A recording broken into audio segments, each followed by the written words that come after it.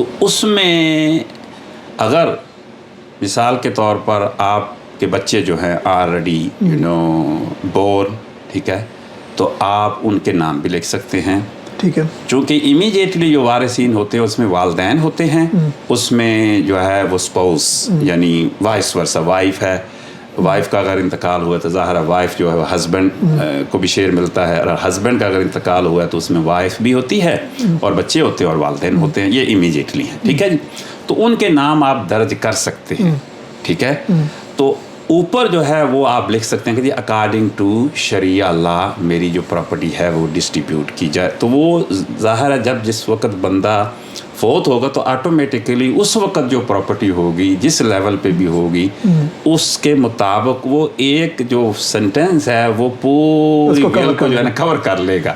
ہاں یہ ہو سکتا ہے مثال کے طور پر کہ اگر آپ نے اس میں اپنے بچے کوئی مینشن کیے ہیں، 4 بچے ہیں، تو اس دوران اگر ایک بچہ اور پیدا ہو گیا، اس کی پیدائش ہوگی، تو وہ آپ اپ گریڈ کر سکتے ہیں.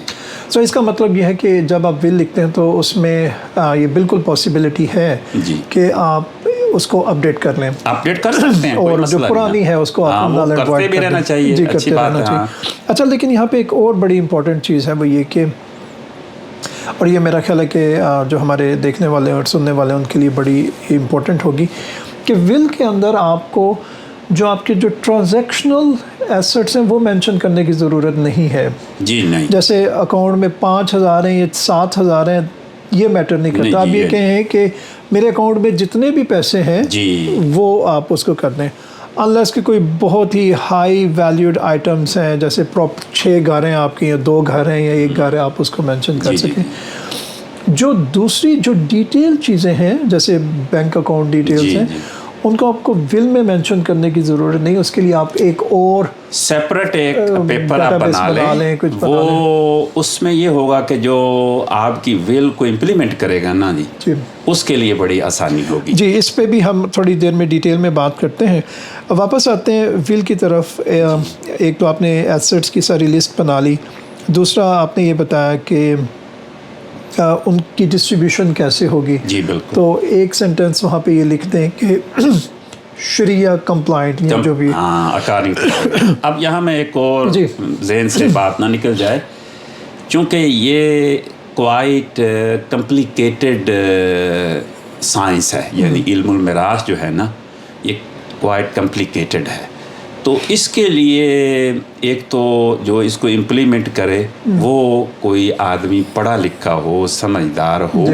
اچھا، اگر وہ خود نہیں اس کو ہینڈل کر سکے گا کہ کس کو کتنا حصہ ملنا ہے، تو کم از کم اس کو یہ انسٹرکشن ہو کہ کسی اچھے عالم مفتی کے پاس جا کر اس ول کو لے جائیں، اور جو اس جو آدمی وصال کر گیا ہے، فوت شدہ آدمی ہے، اس کی جو پراپرٹی ہے، اس کا جو خاندان امیڈیٹلی ہے، وہ ان کو بتائیں، اور وہ پھر جو ہے ایک عالم اسکالر جو ہے وہ اکارڈنگ ٹو شریعہ اس کے جو حصے ہیں وہ مقرر کر کے وہ جو ہے پراپرٹی ڈسٹریبیوٹ کر دے گا. یہ بڑا ہے. جیسے آپ نے بتایا کہ 1/3 سے زیادہ آپ کے پاس اختیار ہی نہیں ہے، تو آپ یہ نہیں کر سکتے کہ 90% جو ہے وہ آپ کے ایسٹ سے وہ آپ کہیں کہ ڈونیٹ کر دیں. مطلب اگر آپ کا ایگزیکیوٹر ہی آدمی، یا ایک تو یہ ہے کہ وہ ایماندار نہیں ہے، یا وہ آپ کا ایگزیکیوٹر جو ہے اس کو علم ہی نہیں ہے، تو وہ بعد میں وہ ایسا کام کر سکتا ہے کہ جو کہ شریعت کے خلاف ہو.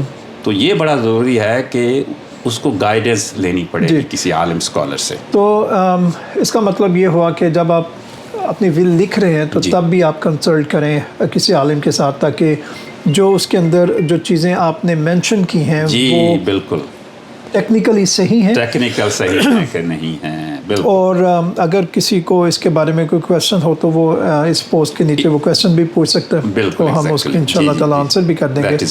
پھر ظاہر ہے جب ایک ول تو تبھی ایگزیکیوٹ ہونی ہے جب کوئی بندہ اس بندے کا انتقال ہو گیا. جی. تو ول کے اندر آپ کو ایک ایگزیکیوٹر بھی مینشن کرنا ہے، ایک نہیں بلکہ 2-3 مینشن کریں. اگر وہ سروائیو نہ کر سکے تو دوسرا، وہ سروائیو نہ کر سکے تو تیسرا. اور یہ بڑا امپورٹنٹ ہے کہ آپ اپنی ول کے اندر یہ مینشن کریں کہ وہ ایگزیکیوٹر کون ہے. جی بالکل ایگزیکٹلی نام اور اگر اس کا ایڈریس بھی مینشن کریں تو وہ زیادہ بہتر ہے, اور اس کی یونیک آئیڈینٹی, تاکہ اگر ایک ہی نام سے دو لوگ ہیں. جی بالکل ہاں, اور 2-3 کاپیاں بنا لیں وہ اپنے خاندان کو بھی دے دیں, اور آپ کے جو قریبی دوست بڑے قریبی ہیں ان کو بھی دے دیں. تو جو اس کی کاپی ہے وہ ایگزیکیوٹر کو دینی چاہیے یا کسی اور؟ ایگزیکیوٹر کو بھی دینی چاہیے, ٹھیک ہے. اور اگر آپ کا کوئی ٹرسٹ وردی آپ کے ساتھی ہیں, فیملی کے اندر ہیں, یا ظاہر ہے امیجیٹلی وائف ہے یا وائس ورثہ ہے, تو ان کو بھی دے دیں, ٹھیک ہے, تاکہ ان کو پتہ ہو نا جی کہ اس کو کس طرح ہم نے. تو آپ نے بتایا کہ ایٹ لیسٹ ایک ہونا چاہیے, اور اگر کچھ زیادہ ہو 3 لوگ ہو جائیں یا 4 لوگ ہو جائیں تو اس سے بھی بہتر ہے, تاکہ اگر ایک سے آپشن ول میں ہم نے بھی دی ہوئی ہے کہ وہ ہم نے 3 کی دی ہوئی ہے. اگر this person does not survive then the next person the next person, تاکہ وہ احتیاطی ہے نا جی. وہ ہو سکتا ہے وہ بندہ بیچارہ پہلے ہی فوت ہو جس کو آپ نے بنایا امپلیمنٹ کرنے کے لیے, تو پھر اگلا بندہ بھی تو ہو, یا پھر آپ واپس آ کے اپنی بل کو اپڈیٹ کر دیں. ایگزیکٹلی. ایسٹس اور لائبلٹیز کے بعد آپ نے ابھی بتایا تھا کہ جو گارڈینس ہیں آپ کے مائنر چلڈرن کے, وہ بتائیے. اور کتنے اس میں وٹنسز؟ 2 وٹنس جی, اڈلٹ مسلمان جو ہیں 2 وٹنس ہونے چاہیے. اور اس میں ایک اور بھی چیز میں مینشن کر دیتا ہوں کہ وہ یعنی یہ بھی چیز مد نظر رکھیں, اور میرا خیال ہے کہ یہ تو ہر ایک انسان کو اپنا ایک سیپریٹ ایک ڈاکومنٹ بھی تیار کرنا چاہیے, ایک فائل بنانی چاہیے جس کے اندر وہ اس کا کوئی اگر لین دین ہے کسی سے قرض لیا ہوا ہے, کسی کو قرض دینا ہے, اس کے علاوہ کوئی ڈائریکٹ ڈیبٹ کیا ہوا ہے اس نے, ٹھیک ہے, اس کے علاوہ یعنی اس کی پراپرٹی کوئی اوورسیز ہے. اب ہم خاص کر کے جو بیرون ممالک میں رہتے ہیں, ہماری یعنی بیک پاکستان بھی پراپرٹیز ہیں, یہاں بھی پراپرٹیز ہیں. ہو سکتا ہے بینک اکاؤنٹ ساری فیملی کو پتہ نہیں ہوتا کتنے بینک اکاؤنٹ ہیں. آپ کی علامہ صاحب لندن میں تو کوئی پراپرٹیز ہیں؟ جی نہیں. تو کہنے کا مقصد یہ ہے کہ یہ پراپرٹی کے ایک لسٹ بھی بنائیں اور اس کو اپڈیٹ کرتے رہیں, یعنی اگر پلس مائنس ہو, اور لوگ ان ڈیٹیلز بھی جو ہیں وہ آپ کی خاص کریڈیبل جو آپ کی فیملی کے اندر ان کو پتہ ہو, وہ علیحدہ بنا کے رکھیں. اچھا, اب اس میں یہ ہے کہ جب آدمی فوت ہو جاتا ہے تو سب سے پہلے آپ نے اس کی مال میں سے اس کے اوپر اگر کوئی قرضہ ہے تو اس کو ادا کرنا ہے. پھر اس کے جو فیونرل کاسٹ ہے وہ ادا کرنی ہے, جو بھی کاسٹ, اس کے بعد پھر پراپرٹی کو تو یہ بڑا اہم ہے. اگر قرضہ ہے تو وہ تو اگر بندہ یعنی قرض کے ساتھ اس دنیا سے چلا گیا اور فیملی کو بھی پتہ نہیں ہے کہ اس نے کسی کا, تو وہ پھر اچھا نہیں ہے. جب بات ہے وٹنسز کی تو آپ نے بتایا کہ اٹس اے گڈ آئیڈیا کہ اس میں کوئی لیگل اینٹی یا کوئی لیگل پرسن اس میں, وہ بیٹر ہے. وہ بیٹر ہے. اور پھر آپ ایک کاپی جو ہے اپنی ول کی وہ اس کے پاس بھی رکھ سکتے ہیں. یوزلی لوگ رکھتے ہیں سولسٹر کے پاس, جو فیملی سولسٹر ہوتا ہے یا اس طرح, تو اس کے پاس وہ رکھ دیتے ہیں. رائٹ. تو یہ تو ہوگی ول. کیا آپ کو اپنی ول, ایک تو جیسے آپ نے بتایا تھا کہ ایگزیکیوٹر ہیں یا وٹنس ہیں, ان کو تو پتہ ہوگا کہ آپ نے کیا کیا. کیا آپ کو جو باقی اس کے بینیفیشریز ہیں ان کو بھی بتانا چاہیے یا بتانا ہوتا ہے کہ میں نے اپنی ول کے اندر یہ لکھا ہے؟ نہیں, کوئی وہ ضروری تو نہیں ہے بتانا, کیونکہ اب اس میں ایک چیز جو ہے وہ مطلب اہم ہے. اصل تو ایگزیکیوٹر جو ہے اس نے اس کو امپلیمنٹ کرنا ہے. اس کو تو جب آپ وہ ڈاکومنٹ دے دیں گے تو اس میں آپ اگر 1/3 جو جس کا آپ کو اختیار ہے تو اس کو بھی پتہ ہوگا. تو اگر آپ بچوں کو بھی بتا دیں گے تو یہ بھی ایک اچھی بات ہے, یا وہ اپنی زندگی میں بتا دے بھی میں چاہتا ہوں کہ یہ جو مجھے اللہ نے اختیار دیا ہے 1/3 کا, میں اپنی زندگی میں آپ کو بتا رہا ہوں کہ بعد میں کوئی جھگڑا فساد نہ ہو, کہ یہ جو ہے اس پر آپ لوگ کوئی جھگڑا فساد نہ کریے گا, کیونکہ یہ میں نے کوئی چیریٹی کے لیے یا مدرسہ کے لیے یا مسجد کے لیے پیسے رکھے ہیں. تو اس سے یہ ہوگا کہ ان کو بھی یہ انڈرسٹینڈنگ ہوگی, کیونکہ ہو سکتا ہے کہ اگر وہ بندہ فوت ہو جائے تو آج کل کے حالات ایسے ہیں کہ لوگ کہیں جی یہ تو ساری پراپرٹی جو ہے ہمیں تقسیم کریں, ہم نہیں دینا چاہتے اللہ کے راستے میں. آج کل تو صحیح یعنی جو حق اور حقوق ہوتے ہیں، خاص کر ہمارے معاشرے میں وہ بچیوں کے حقوق، یہ بہت بڑی غلطی کرتے ہیں لوگ کہ وہ جو بہنیں ہیں ان کو وہ جو ہے حصہ ان کو دیتے ہی نہیں ہیں. یہ بڑا غلط ہے. یہ تو اسلام کے فرائض، جیسے میں نے فرائض میں سے ہے، تو یہ تو کل قیامت کے دن ان کو جواب دینا پڑے گا. ایبسولوٹلی.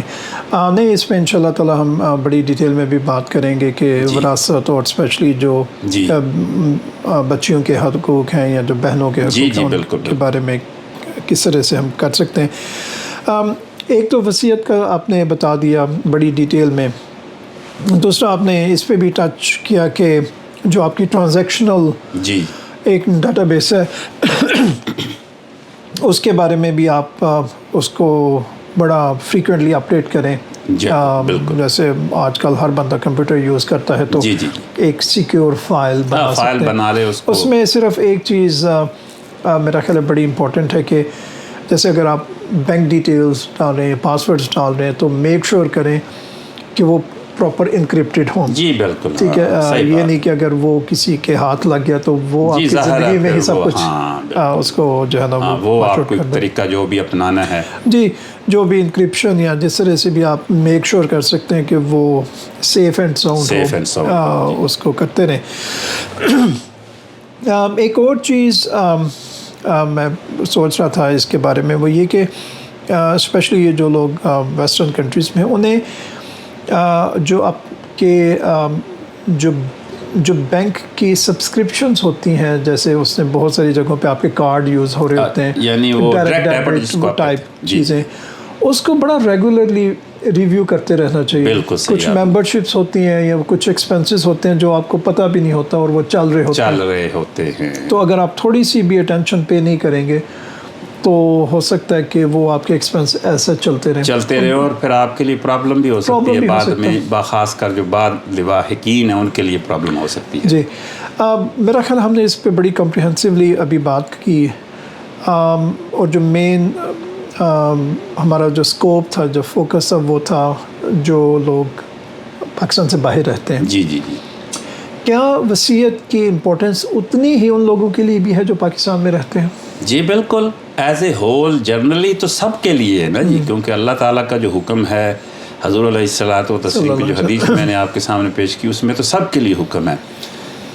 باہر کے ممالک میں جو لوگ رہ رہے ہیں ان پر چونکہ وہاں کے قوانین مختلف ہیں. پاکستان میں تو یہ ہے نا جی، کچھ قوانین ہیں کہ بعض آپ کی پراپرٹی جیسے لینڈ ہے، یا میرا خیال غالباً گھر بھی، شاید لینڈ کا تو مجھے پتہ ہے کہ وہ آٹومیٹیکلی جب وہ ڈیتھ سرٹیفکیٹ وغیرہ آپ جا کے لیتے ہیں اور جو ہمارا وہاں کا ریونیو آفس ہے ان کو جا کے بتاتے ہیں، تو وہ آٹومیٹیکلی پراپرٹی ٹرانسفر ہو جاتی ہے بچوں کو اور آگے جو اس کے خاندان ہے.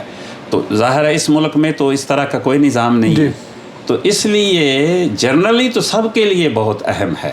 لیکن اسپیسیفکلی جو بیرون ممالک میں ویسٹرن کنٹریز میں لوگ رہتے ہیں، وہ لوکل قوانین کو اوور رول کرنے کے لیے، کیونکہ اس کی وجوہات یہ ہیں کہ یہ جو ہے نا جی وراثت کا قانون، یہ فرائض میں سے ہے. یعنی جس طرح ہم نماز پڑھتے ہیں یا زکوٰۃ دیتے ہیں وہ فرض ہے، تو یہ بھی فرض ہے. تو آپ کی پراپرٹی اگر شریعت کے مطابق تقسیم نہ ہوئی تو اس کا مطلب آپ کی نیگلیجنسی ہے، آپ نے وہ چیزیں میک شور نہیں کی.